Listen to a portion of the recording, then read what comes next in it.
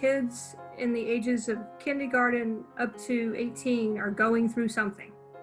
So then you add on a pandemic, a global pandemic, and there's just layer upon layer of what they're going through. We already know that this pandemic has definitely been stressful to students, and it's caused even more anxiety than normal. The pandemic has brought on all different sorts of emotions, and I think it's especially needed during this time just to have somebody reach out and talk about these things and how they are feeling and what they're going through.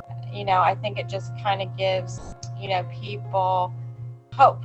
What they do is they come in and they do a fantastic job of interacting with our kids. They bring a speaker that is either had some sort of issue or working through an issue, and so that speaker is able to tell their story and the kids really identify. And what happens is our students get to talk about mental health, which is so important and usually not spoken about in public. It was a lot of good information, a lot of information that students weren't aware of, something that's not talked about all that much.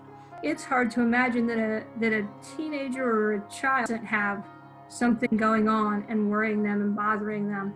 NAMI definitely helped them understand and just also gave them some supports that they may not have known. Helped them and made them aware as far as, suicide and just different things like that they needed to be aware of. I think every school should have a NAMI presentation, every semester.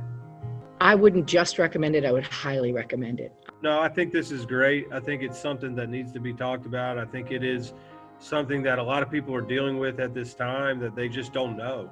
I definitely would recommend any of the Ending the Silence programs, the Ending the Silence for students, the Ending the Silence for staff and faculty. I don't know why any school would not do that. The beginning of the year, middle of the year, end of the year, doesn't matter. It helps give them some knowledge and some education.